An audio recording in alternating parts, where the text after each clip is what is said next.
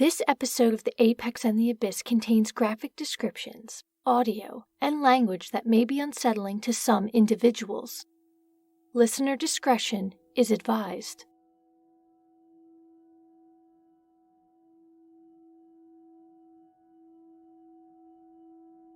Every once in a while when I'm researching a case, I will come across statistics that stagger me.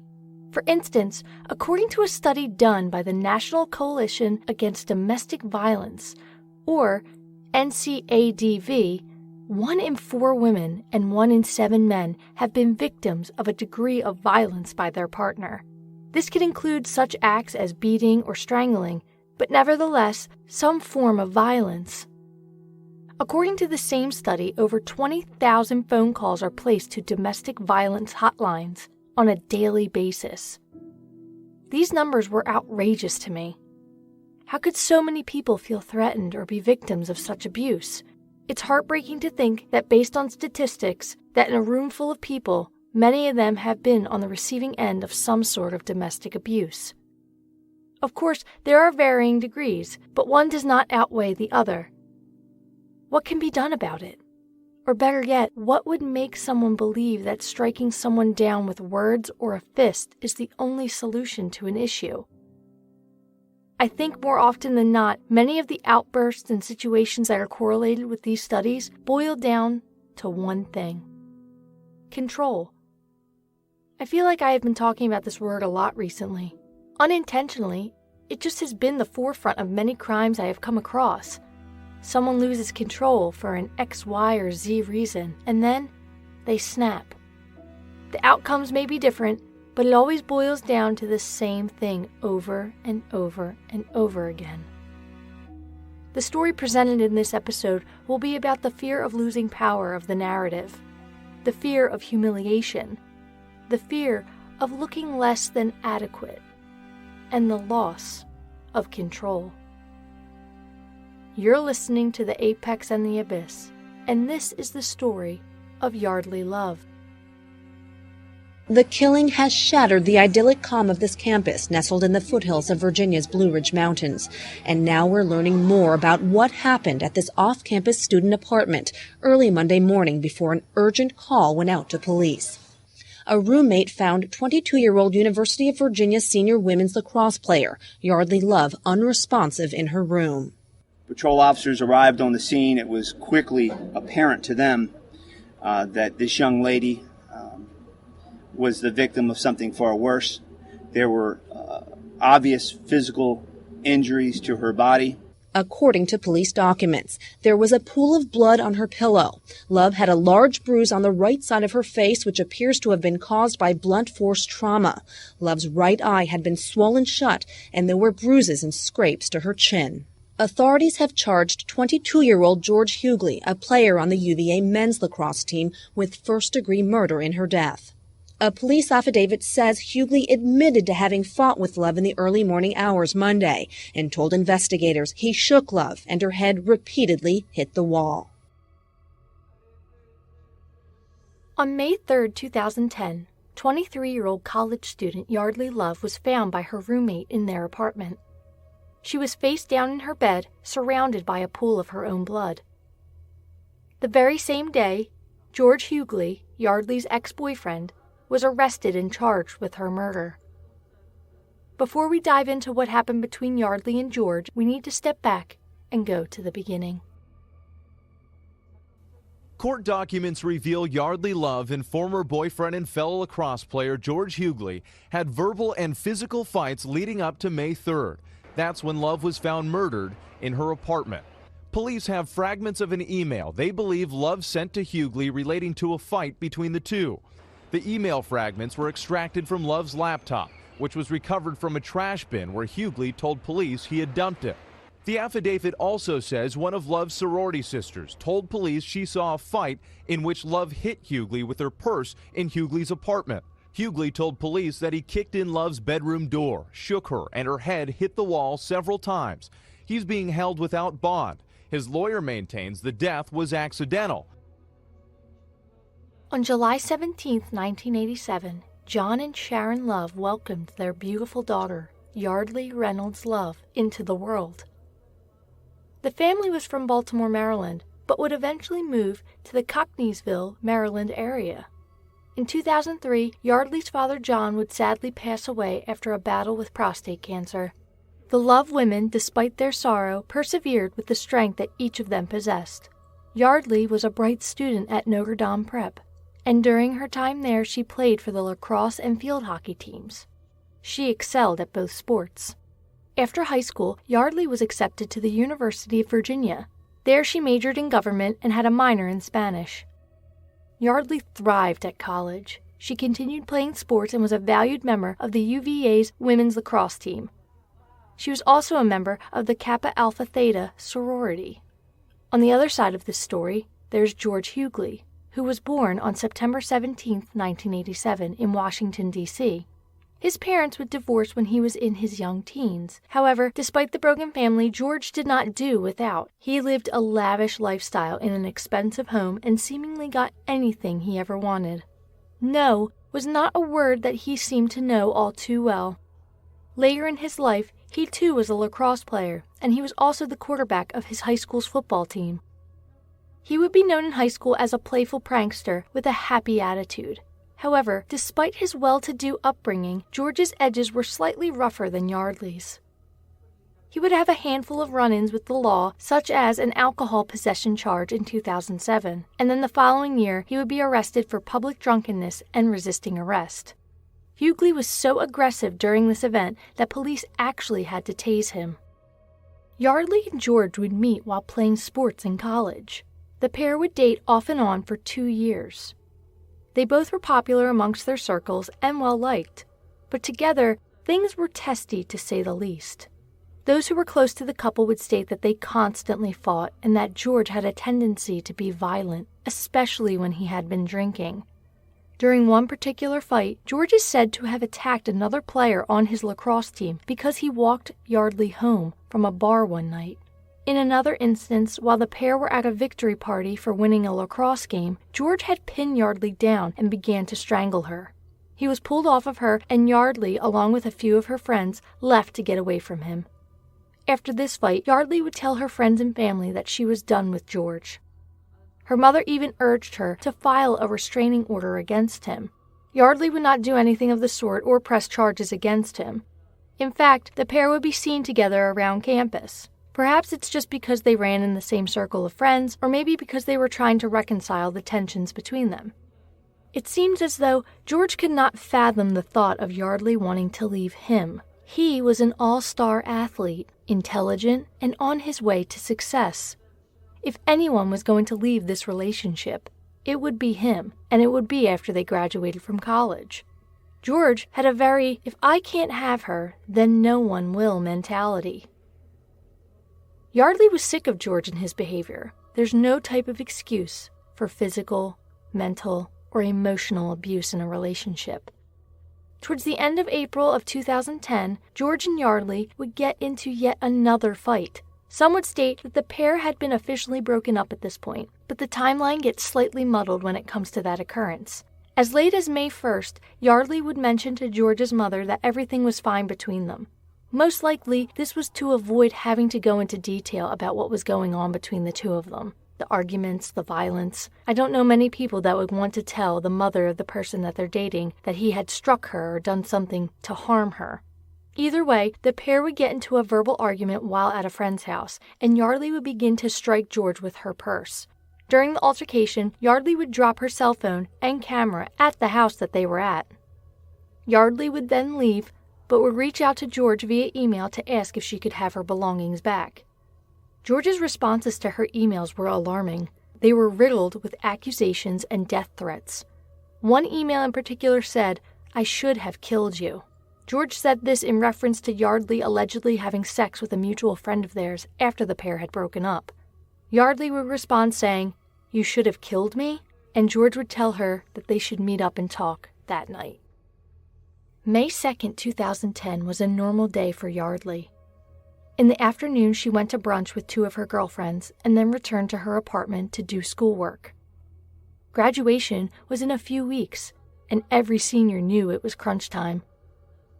George was at a golf outing during most of the day on May 2nd, eventually going out to dinner with his father and friends. According to those who were with George, a majority of that day say that he was drinking the entire time and at the dinner, to the point where he was drunk. Eventually, George would make his way back to his apartment after dinner. It has been reported that he was sending sexually explicit texts to a few of his female friends, all of which were pretty much ignored by the recipients.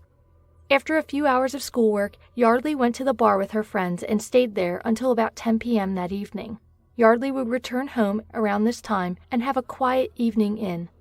Her roommate decided to go back out to the bar, allowing Yeardley to have the apartment all to herself.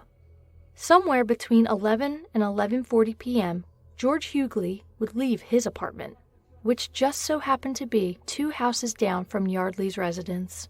By 11:50 that evening, Yeardley Love's downstairs neighbor heard a loud crash coming from upstairs and then saw a man leaving the apartment. Around midnight, George Huguely is seen at his apartment, where he went to bed and didn't indicate to anyone where he had been or who he had been with. Around 2 a.m., Yeardley Love's roommate would return to their apartment. The door had been kicked in, and she would find Yeardley baggered, laying face down in her bed, surrounded by a pool of blood. Her roommate called 911, and when paramedics arrived, they attempted to revive her for about 20 to 25 minutes, but then they declared Yeardley Love deceased. When homicide detectives were called to the scene, Yeardley's roommate would give them George Huguely's name and address. By 7 a.m., George Huguely would be picked up by detectives for questioning. He allegedly was under the impression that he was there for assaulting Yeardley. What I might do, might take a few notes here and stuff as I'm talking to you. And, first of all, I just want to kind of get a little background on you, if that's okay. You're a UVA student, obviously. How long have you been a student? It's my 4th year. 4th year? Oh, okay. Long time there, huh? How long have you lived where you live right now? For 2 years. For 2 years? Okay. And you play lacrosse? Yeah. How long have you been playing that? Since I was very young. Like at school for 4 years. Okay. All right. Do you work anywhere? No. You don't work anywhere at all? Okay. Where do you get your support from? Family? Let's kind of start. I'm going to kind of ask you some questions, and like I said, we'll explain things a little bit later. Detectives would begin by asking George what he did the previous day. Tell me about your day yesterday. Played golf with our parents. It was a father-son. Good event. I mean. Where was that at? At Wintergreen. Wintergreen. Mm-hmm. Okay. I went to dinner with my dad and my 2 buddies. Where was that? Where did you? I went to C&L. Okay. And then went home, went to the bar for like a little while. And what time did you go out to eat? The golf event ended at 5-ish, so we were probably back at, that was probably 7:30 with dinner. Okay. And then went home, drank a few beers, I went to the bar for a little while. I went to Boylan Heights. Well, okay. Then I went over to talk to Yeardley. And who's Yeardley? Yeardley is my former girlfriend. Okay. Which this whole thing's about, which I understand. But when I went over to talk to Yeardley, I was like, Yeardley, and she was like, already totally freaked out because of what she did this past a few days ago, and we hadn't talked since. I was just gonna go talk to her, and she was already freaking out, you can't come in, you can't come in, and I was like, I'm just trying to talk to you, and she started being getting all really defensive against it, because the week before she came into my apartment and attacked and started striking me, and I was like, all right, you gotta leave, and had my roommate's girlfriend finally be like, all right, you take her out of there, because of this. So when I went in to talk to her, because literally they've been away, we've been away. When I talked to her, she was already like on the defensive edge, and like I was like, listen, I'm not here to like, I'm just here to talk to you. And she like got all like sat up, like her bed's against the wall, like if it was in this corner, she was like up against the wall, and I was like we were sitting there talking, and like she started being like you know, like getting like all like aggressive after this. And so I was like, all right, like chill out, like, and shook her a little bit.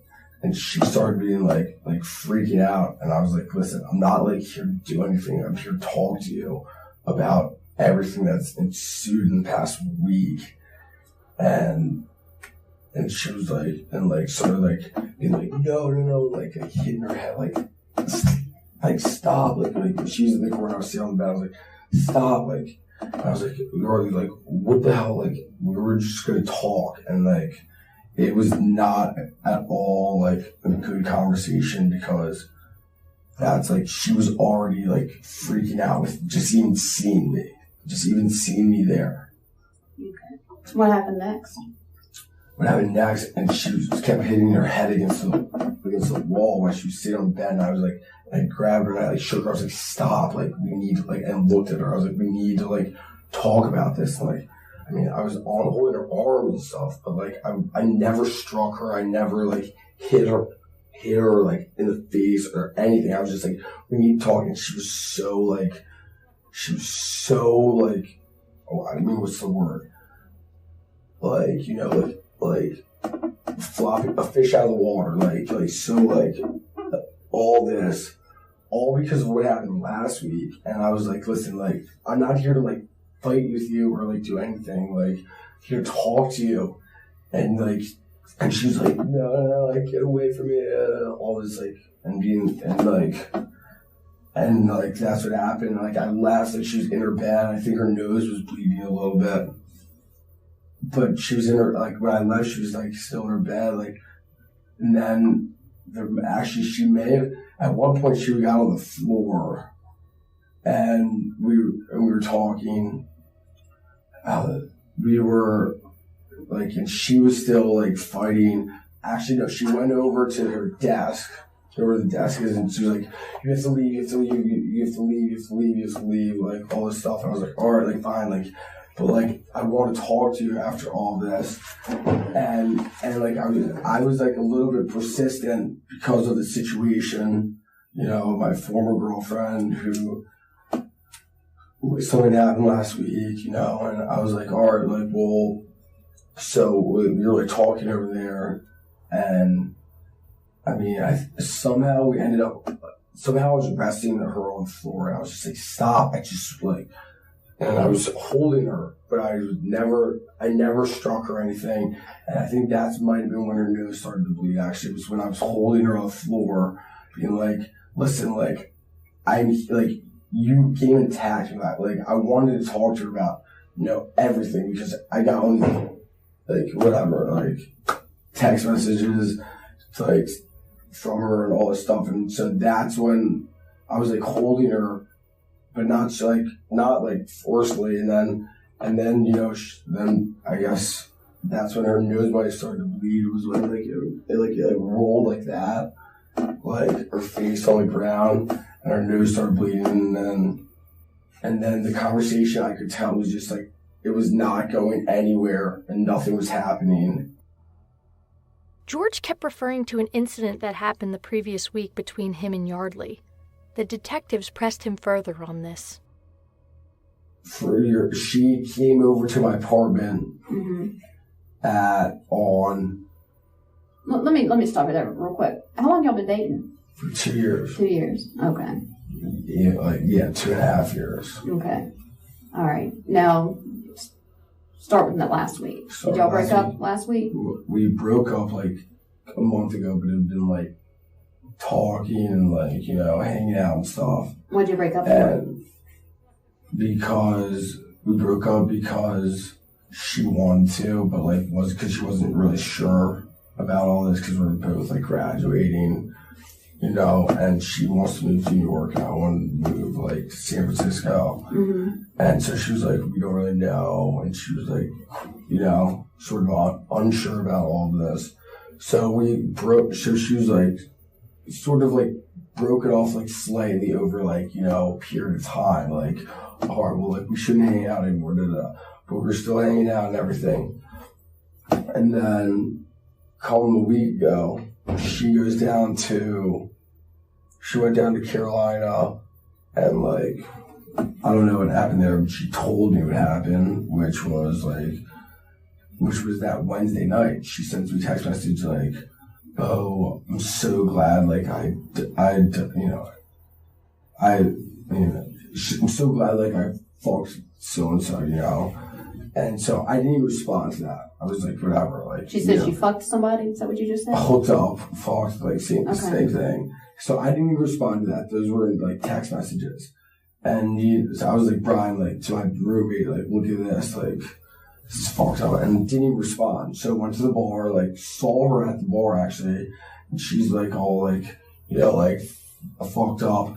So I was talking to a buddy, and we were at, and like, she comes over, it was, like, my buddy, like, didn't even bother. And then I'm at home on my sofa, and she comes in the door, like this, with the same body as mine, the same body that was there earlier, and two girls that were visiting, deciding if they wanted to come here to school or not. And she walks in the door, opens the door, and comes over and just starts hitting me in the face. And I, like, got up and I was like, stop, like, you know, like, get off of me, like, leave me alone, like, you can't, like, do this. You can't just, like, start doing this. Like, and then I had basically had my roommate's girlfriend, who is friends with my girlfriend. I was like, yo, Liz, like, calling from her from the kitchen, like, get her out of here. Like, never, like, touched her, never struck her. I was just like, listen, like, you have to, like, stop hitting me. And she wouldn't stop, and she kept coming. So that happened. So I was going over there to talk to her last night on Sunday, and that was the reason why I was going over there to talk to her. At this point, the detectives wanted to get down to what would cause George to go over to Yeardley's apartment that late at night, and why he would kick down the door so violently. Her front door was open. Her room door was closed. I knocked, like Yeardley, like, she heard me open the door and went in. All right. Went in where? To her room. All right. Straight to her bedroom? Straight to her bedroom, yeah. I mean. How'd you get through the door? Her door or the front door? Her door. Actually, it might have been locked. It was. Yeah. Actually, yeah. Just be honest with me. It was locked, yeah. Because I think I put a hole. Yeah. You punched a hole through the door? Pretty sure, actually, now. Yeah, I used to have that, yeah. All right. Why'd you do that? Because I want to talk to her, because she's been sending me, like, emails. Was she telling you to leave, or? Well, I guess, yeah, once I was in her room, she was, like, very, like, you know, like, or, like, not, like, I don't want to talk to you, like, all this stuff. Like, you know. What was she wearing? What was she wearing? I think she was in her bed. She was in her underwear and a t-shirt. Okay. All right, so you get in there, she's in her. Okay, I'm not saying you do that. I'm just trying to picture it all. I understand, okay? But, like. All right, so she's in her bed, t-shirt and underwear, you say? Yeah. Okay. Light on, light off?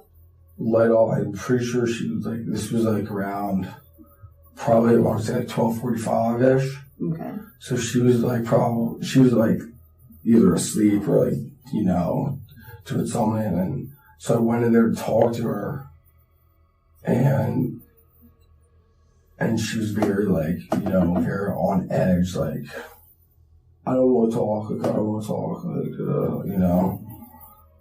I was like, listen, like, what you pulled last week was outrageous. Like, I just want to talk to you. Why'd you push the door then? Because I want to talk to her. All right, well, continue on. That's fine. Continue on. So you're talking to her, and she doesn't want to talk to you. Not really. I mean, we talked though. Like there was parts where we were talking, and then like. You know what you're talking about? I mean, about so many different things. Okay. Like what? Like what she did last week. Mm-hmm. Like went to like Carolina, how she attacked me. Mm-hmm. You know, like she went to Carolina and hooked up with someone Sunday when we were still trying to figure out things. Came over, attacked me on Tuesday. Okay. You know, and I'm just sitting like, and I was over there like to talk. Like I was like, this is outrageous. Like I mean, and because I was trying to make everything better, and then like, you know. And then all of this happens, and then she comes in and attacks me, and I'm like, and to the point where my roommate's girlfriend has to like take her out of there. Okay. So let's go back to you're in her room tonight. Yeah, last night. Last night. Yeah, mm-hmm. And so she's like in the corner. If her bed's like, if her bed would push all the way back, like in the corner, like, you know, like, and I'm pretty sure that she was very defensive because she knew. Like how upset I was because I've told her like through emails like how upset I was like about what she did and about Tuesday night for like coming in and starting to strike me. And so I was like, and I sat on the edge of it. I was like, listen, like I want to talk to you. Like what you did was bullshit. Like that's not like okay. Like, so you're pretty upset, pretty angry. Yeah, I was more like emotional than I would say angry. Okay. You're hurting. And I was just like, and she's like not like, you know, she's like, you know, sort of pushing everything that she did to the back burner and like talking about like, you know, like trying to like put everything that she did, like wasn't important.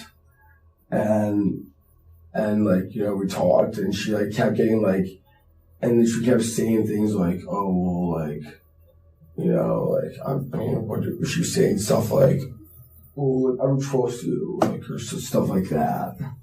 And it kept going to the point where she, like, I was like, listen, like, we have to figure like out what's going on. And she was like, I'm not talking to you. And then she like pushed me, like, get out of here. Like go. And I was like, no. And like, I was like, be like, we have to talk. Like, so like, get like. When you're doing that, what are you holding on her? On her arms. On her arms, like maybe up here? Like shoulders, yeah. Shoulders? Like yeah, like, never like, never like, you know, I mean, if I could like, show you. No, I'm sorry. I know, but like, up her arms. Like, come on, like, you know, and that's when she was like wiggle and like get away and like, you know, like hide get in the corner, like really like aggressive, like defensively almost. And then we like wrestled on the ground the same way. Her nose started bleeding. And then she ended, I think she was back in bed and I left. I was like, oh, this is not going anywhere. How'd she get back in bed? We were like wrestling and we stood up and I tossed her, I pushed her onto the bed. I was like, go to bed. Like, I'll talk to you later. I'm like, I didn't like throw her, but like we were like standing up at this point after we were wrestling on the ground. She had like a bloody nose. Mm-hmm. And I was like, go to bed. Okay. And you kind of tossed her on the bed and you left? Yeah. Okay. Did you go back and check on her at any point? No, I did not. Okay.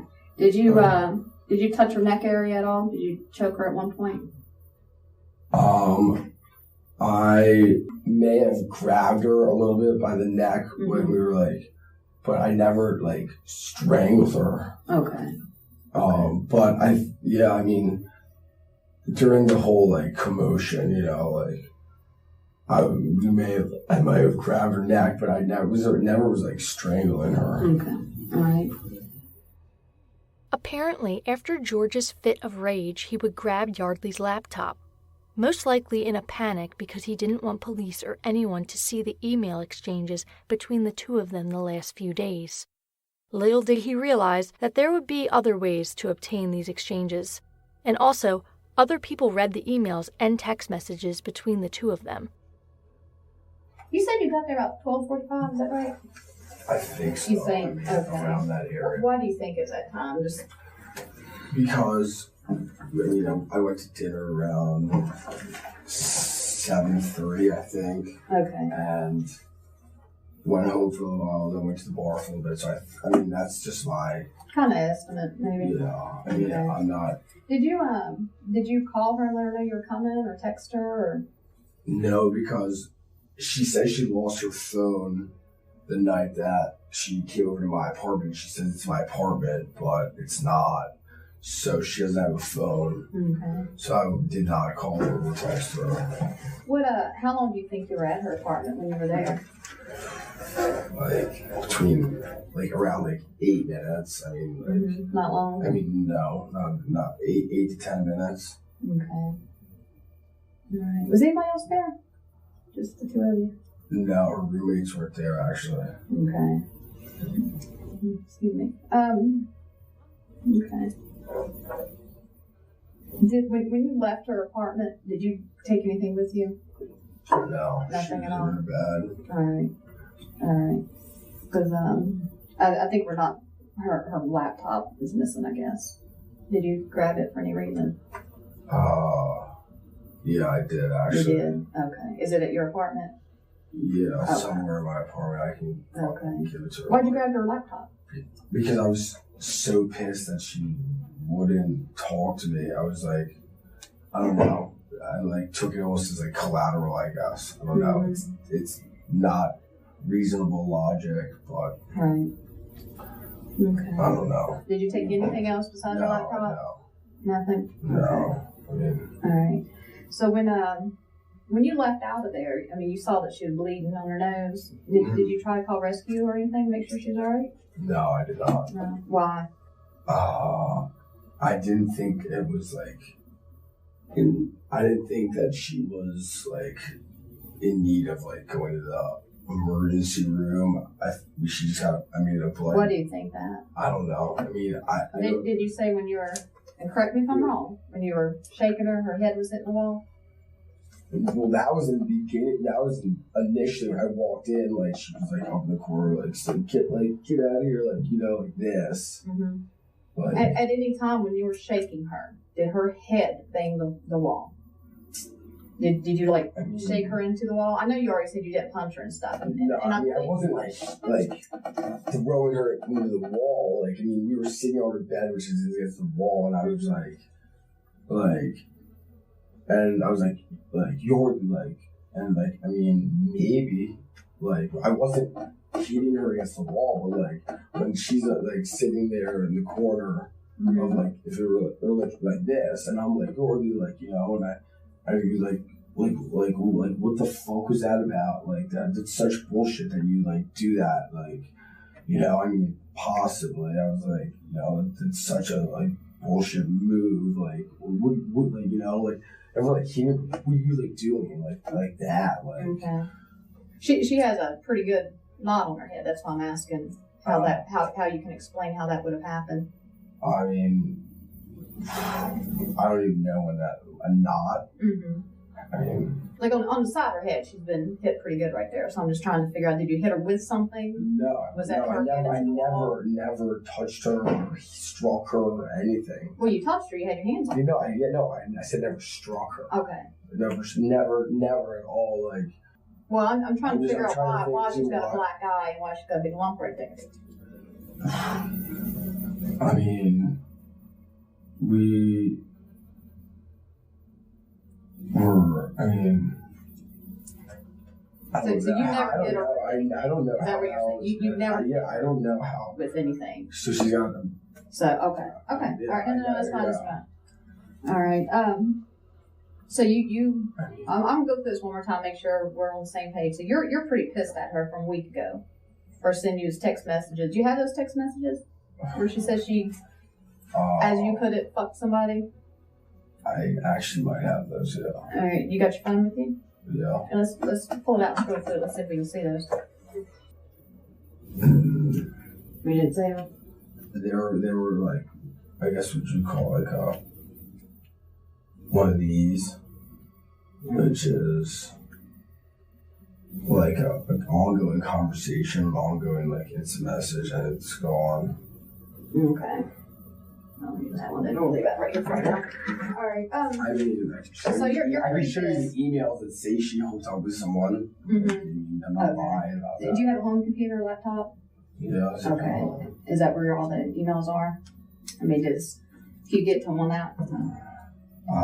Actually, they're deleted off here. I can get to them though. Okay. All right. That's fine right now.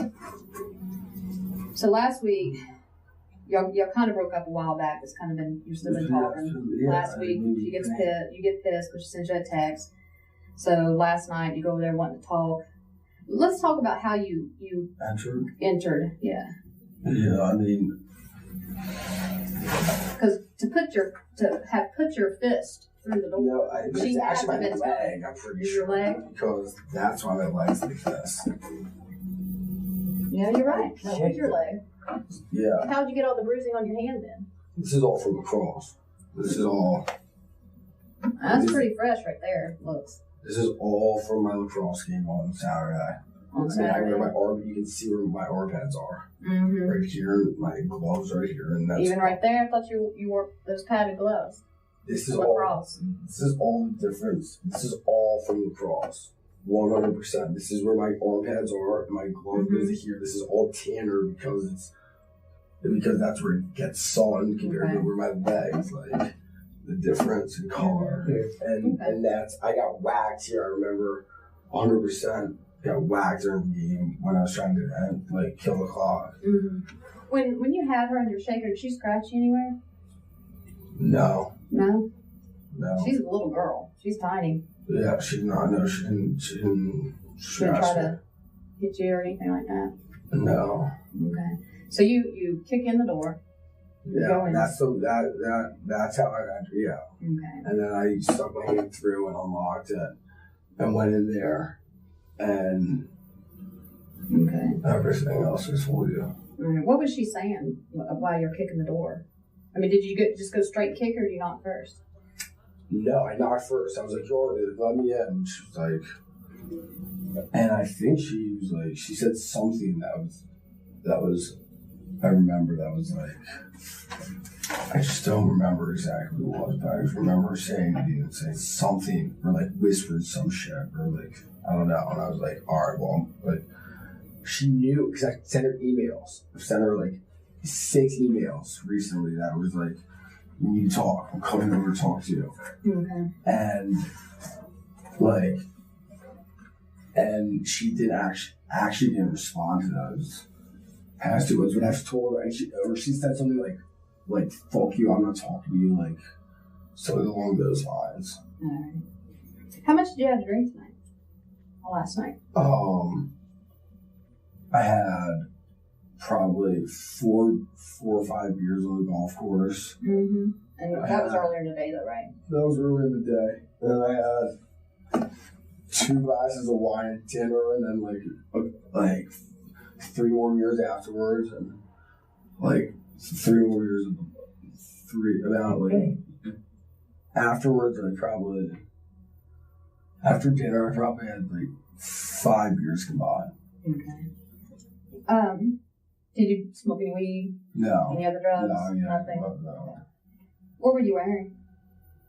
I was wearing shorts and a t-shirt. That? No. No. What did shorts and t-shirt look like? They are on my floor of my room. Mm-hmm. There are cargo shorts and a t-shirt. Okay. What color are the cargo shorts? Blue. And t-shirt? I think white, but I'm not positive. Yeah, I mean a white t-shirt. All right. We've been through what all happened. When did you leave? Right after you went out the front door? Yeah. Where'd you go? Home. Straight home? Yeah. Talk to anybody? No. Call anybody? No. Call, you said she didn't have a phone, right? She doesn't have a phone.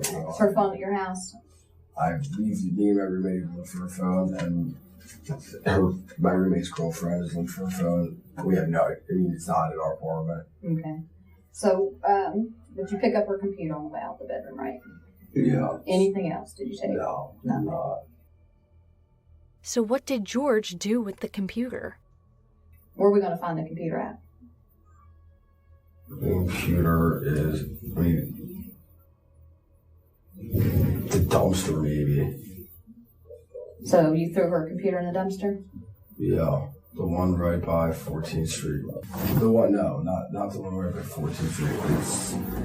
It is the one right by the Point. By the Point? There's an apartment Called the Point, yeah. And on the way home, I just tossed it in there. I walked over there, tossed it in there, and walked home. Okay. That's where the computer is. All right. Did you toss anything else in there that we need to know about? Okay. So what do you do once you get home? I just went to bed. Anybody else home? No. No. No. You just went to bed and then we show I up? went to bed and we showed up. You take a shower or anything like that? No. No? Okay. No, nothing. And did you happen to look at the clock before you lay down? No, I did not. I mean, I'm sorry. I don't know what time. I mean, I wasn't paying the time, you know. Right. Okay. To change up the situation, the other detective that had been sitting in on this interrogation began questioning George. I know we touched about what happened last night, but set it up for me, lead it up to me a little bit here. Why did you guys break up exactly? Why? Why? Yeah. Well, we are not from the same area. Right. And she wants me to New York, and I'm not exactly sure what I'm doing yet, but I'd like to move to San Francisco. And so we've been talking about this. She found a text message in my phone from another girl, and then we broke up because of that. That was it. Sort of ongoing type deal. Because it's funny that you mentioned putting your hands around her neck and holding her back that way. Is there another reason why you two broke up? Any arguments? Any past physical violence? Okay, because keep in mind, before we've talked to you, we've talked to other people too. No, I understand. Okay.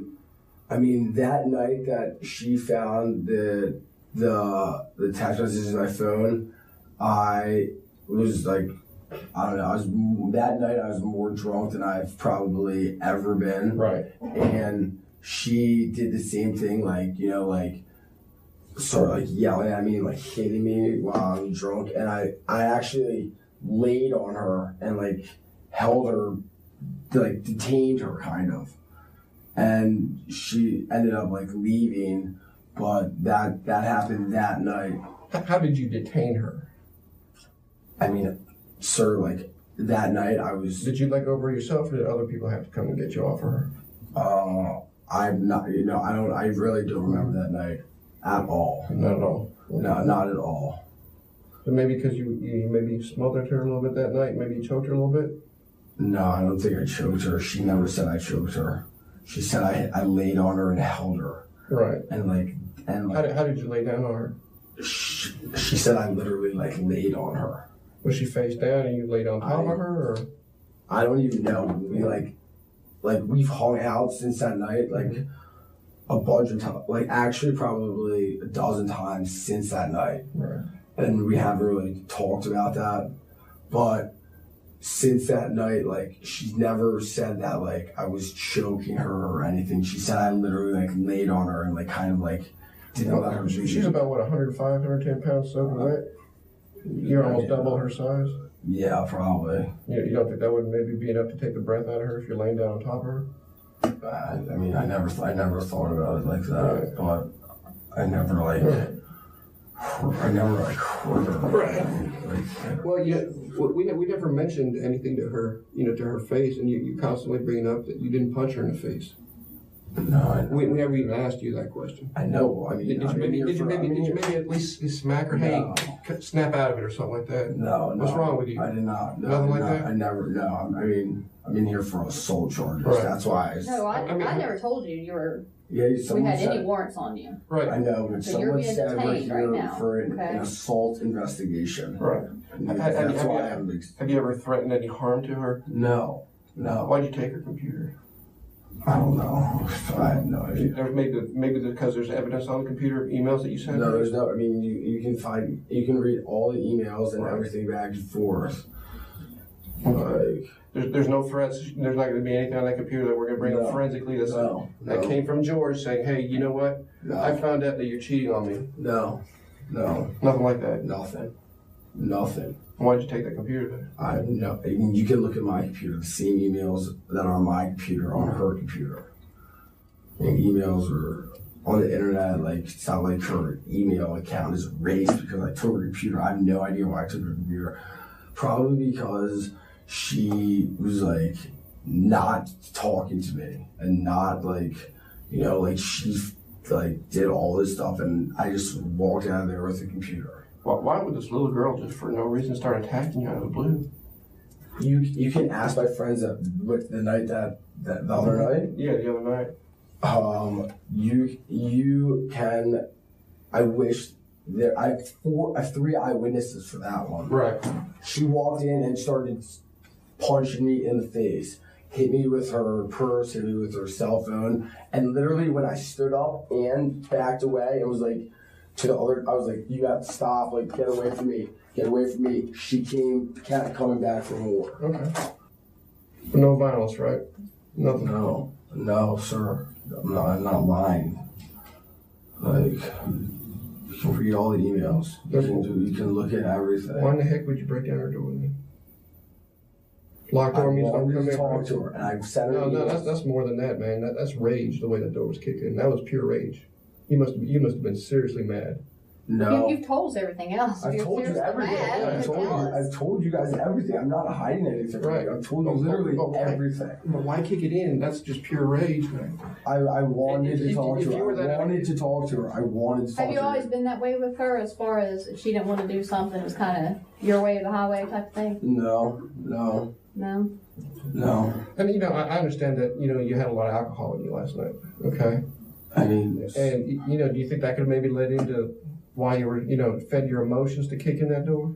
That may have made me rationalize kicking in the door to open it up, but it was all strictly to go in there and talk to her. I wanted to talk to her. I told her that. I sent her emails. You can see all the emails. You can see everything. I said, we need to talk about this. Okay.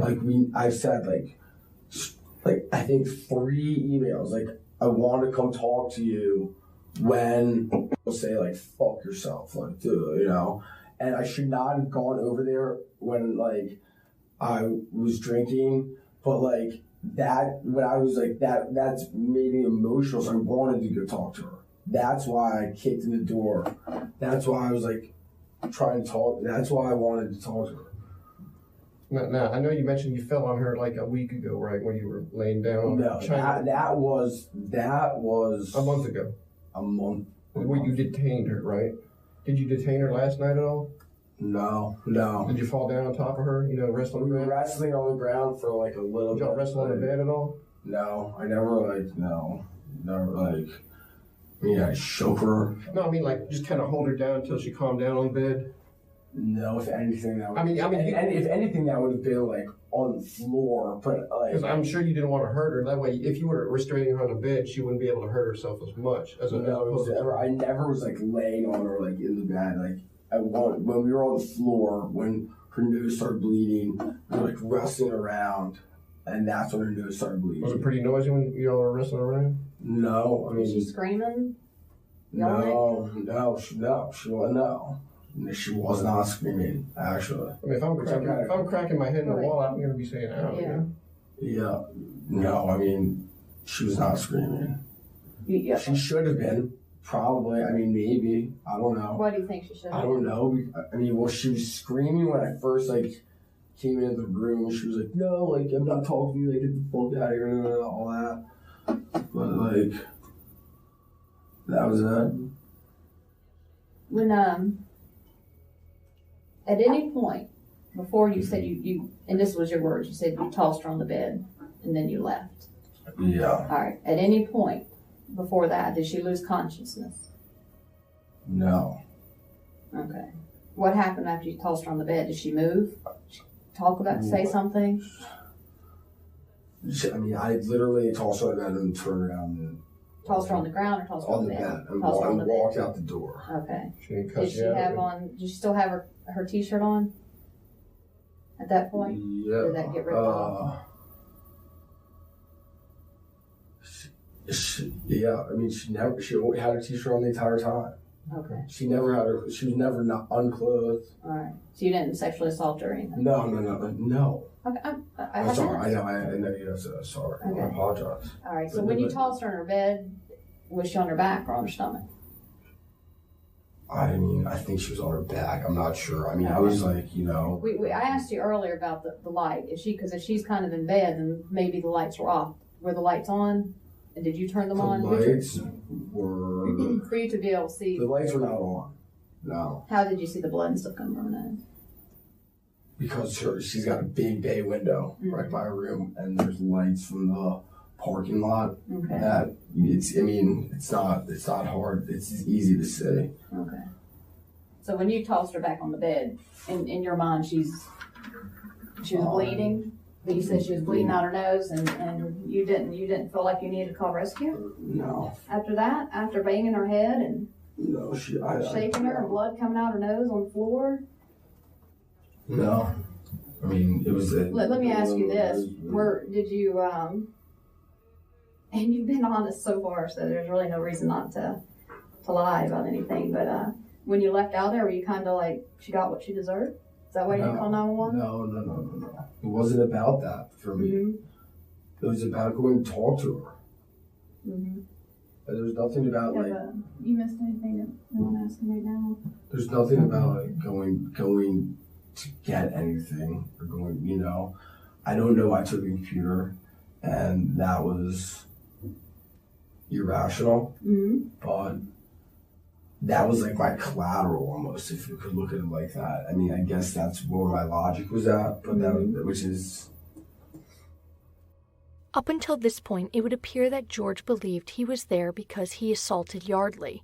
But detectives would reveal that he had killed her in a drunken rage. Well, I have to tell you something. Well, I think I know why you took the computer. Why do you think? Is that right? Go ahead. No? Yeah. She's dead. You killed her, George. She's dead? I think you knew that already. No, I did not. She's dead? How the fuck is she dead? Because you killed her, George. How the fuck is she dead? Because you killed her. Oh my good Lord. We're not here for any reason, George.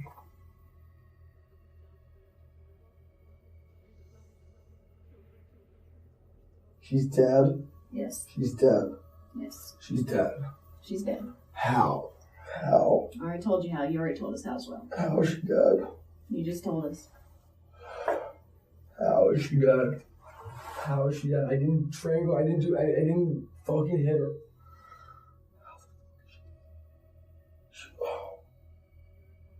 I don't even know. She's dead. Yes. How the fuck is she dead? Oh my God.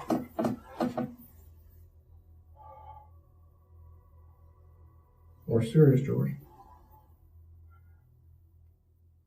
That's why you took the computer, isn't it? No. Because you had threats to kill her on that from a past email. Because she hooked up with a player from UNC. I said that. I never, like, that was just like the heat of the moment. It was the heat of the moment. Yeah. Last night was heat of the moment too, wasn't it? You went in there to talk with her, but it got out of control, right, George? The alcohol got a hold of you. You kicked in her door. She started to fight with you. You punched her in the head, or you cracked. She's not dead. You cracked her head. Dead. You cracked her head in the window or in the wall. Not dead. She is. She's not dead. I ain't BSing you right now. It's serious. I want to see her. George, not look at dead. me. George. She is dead. You are not here to dance with us. You're here because she's dead. The alcohol. I don't believe it. I don't believe it. It's true. Dude, I didn't hurt her. Listen to me. I didn't hurt her. Listen to me. You probably didn't mean to hurt her. I didn't hurt her. You went in there, you kicked the door, she got a little feisty. You either punched her or you smacked her head into the concrete, and then you held her down on the pillow because that's what No, I didn't hit her on the pillow. I was never on the bed. Okay, I never held her down. I never suffocated. I never did anything. I don't believe that she's dead. I don't believe that she's dead. I don't believe that she's dead. Did you punch her? Did you hit her? There's no way she's dead. She's not dead. I never did anything like this, like that she could be dead. Listen to me. She's not dead. Did you punch her or did No, I never know. Did you hold her head into the wall? Did you crack it?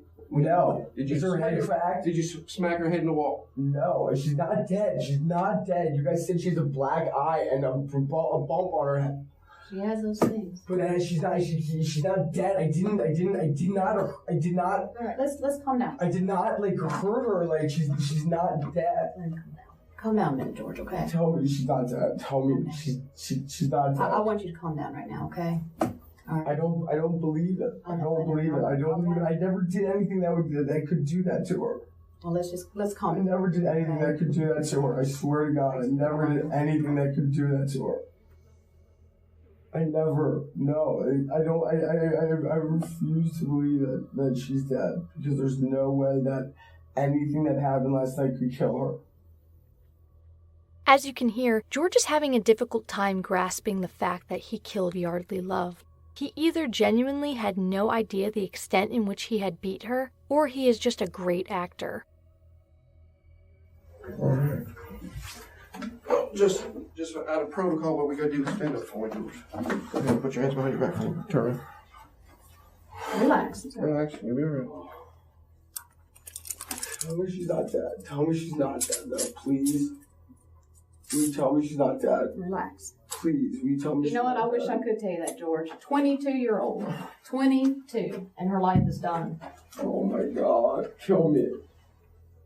She can't be dead. She can't be dead. She's not. I did not do anything like that. I did not do anything that could have killed her.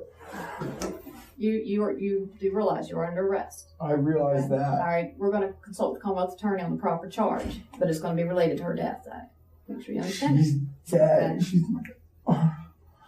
Hell, there's no way. Oh my God, there's no way she could be dead. There's no way. Oh my God. There's no way. There's no way. There's no way. I don't believe it. It's true. I don't. I mean, We just help us understand what happened last night, George. Start over from the beginning. I'm not lying to you. Everything I said to you was so true. I'm not lying to you about anything. And she had a T-shirt on. Yeah. I'm most confident. I'm pretty sure, yeah. Okay. Was her T-shirt not on when We're not going to tell you. We're not going to speak we're fine, but help us understand what happened last night, George. Go through it again. I told you everything. I told you everything. I don't even believe it yet. I do not believe it. I do not believe it. I don't believe it. Okay. But there's no way. There's no way, sir. Sir, there's no way she's dead. There's no way. There's no way. There's no way. It's true, George.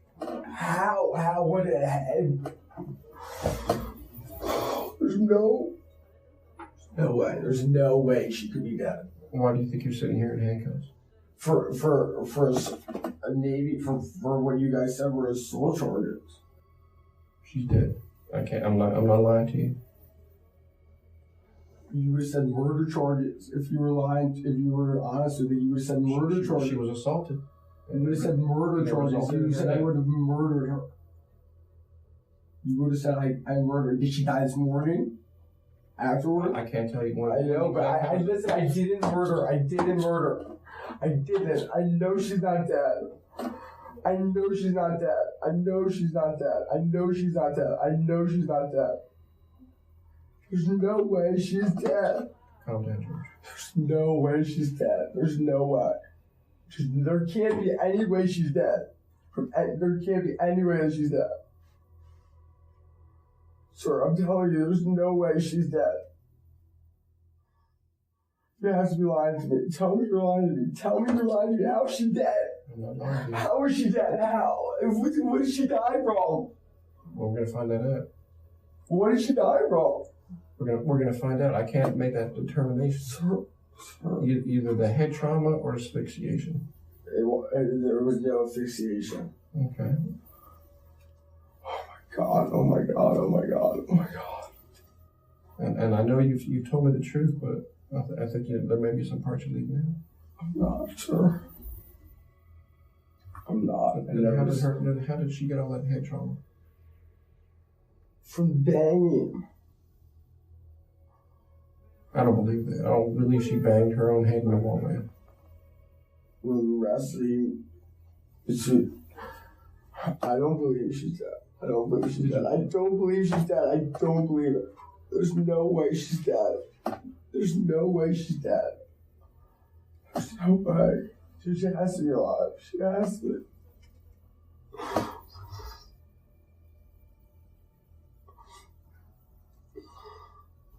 There's no way. She wasn't. There's no way. There's no way. Last time I saw her, she was not dead. She was not dead. There's never. What was she doing the last time you saw her? She was like standing up with me. She was standing up with me. She was standing up with me, looking at me. Was she standing or you were holding her? She was standing up, looking at me. Okay. I don't believe it. I do not believe it. I don't believe it. I don't believe it. Sir, I don't believe it. Sir, please tell me you're fine. I'm not lying. She's dead. Sir, how is she dead? How? That's what I want you to clarify. How? You know how. How? No, I didn't know. No, I didn't know. Why didn't you know? Why? She's not dead. She's not dead. She's not dead. I know she's not dead. This is sorry.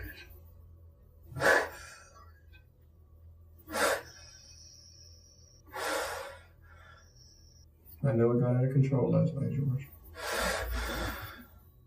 She's not dead.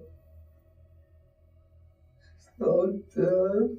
I know she's not dead. I know 100 million she's not dead. I did.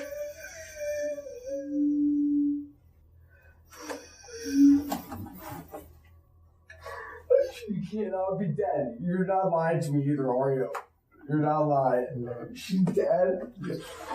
Oh my God. I know it got out of hand, George. No, it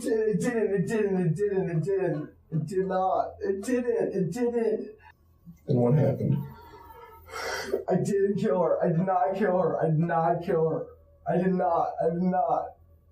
did not kill her. Did you maybe smack her head one time too hard? I never hit. No. I mean, maybe on the ground. No. Did you smack her head, maybe lay her on the bed so she could kind of relax? No. Well, you didn't punch her because, I don't think you would have done that. No.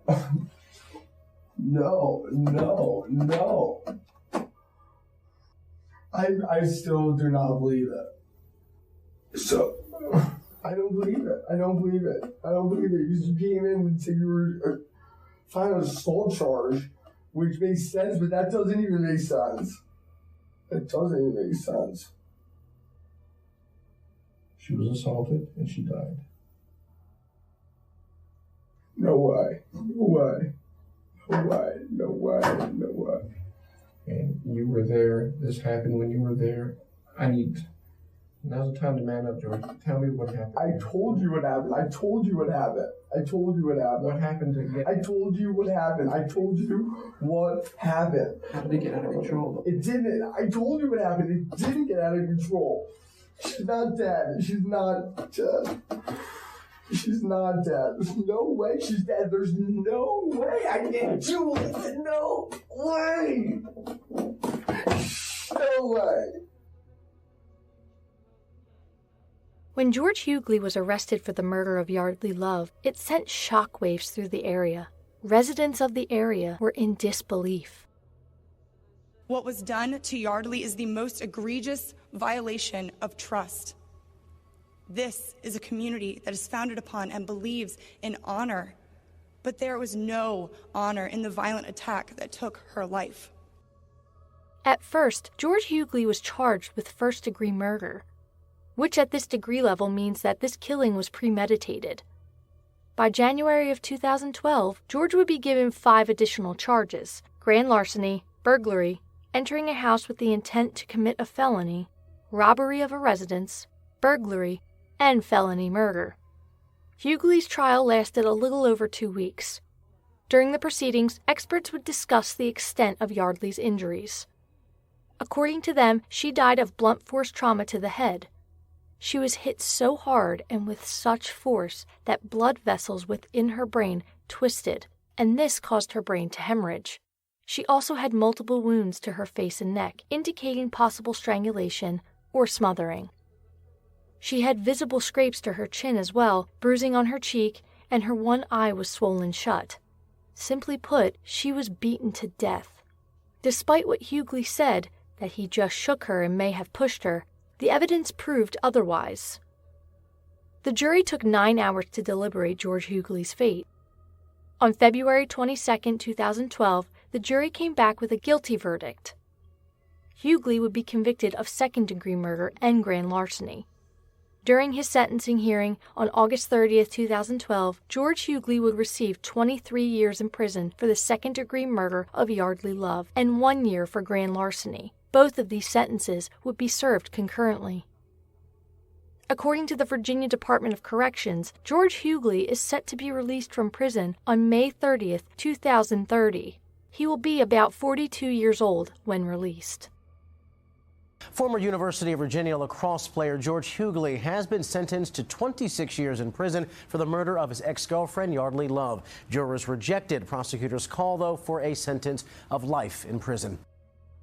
It is no surprise that soon after the sentence was given, George Huguely and his legal team began to appeal his conviction. It was argued that his right to counsel was violated when one of the attorneys missed a day in court due to an illness. It was also argued that some of the language during the court proceedings was not explained properly to the jury, painting George in a biased and negative light. By 2014, the Court of Appeals ruled against George Huguely and denied his appeal. It is hard to imagine what the Love family feels about this conviction. The law is such a strange thing to wrap one's head around. Is this sentencing adequate? Yeardley Love will never graduate from college. She will never be with her family again. And yet, in a little over a decade, George Huguely will breathe freedom after murdering her in a rage. Is that right? Or is it wrong? Should George Huguely be given a second chance? Will he be a different person when he walks out of prison in 2030? Only time will tell.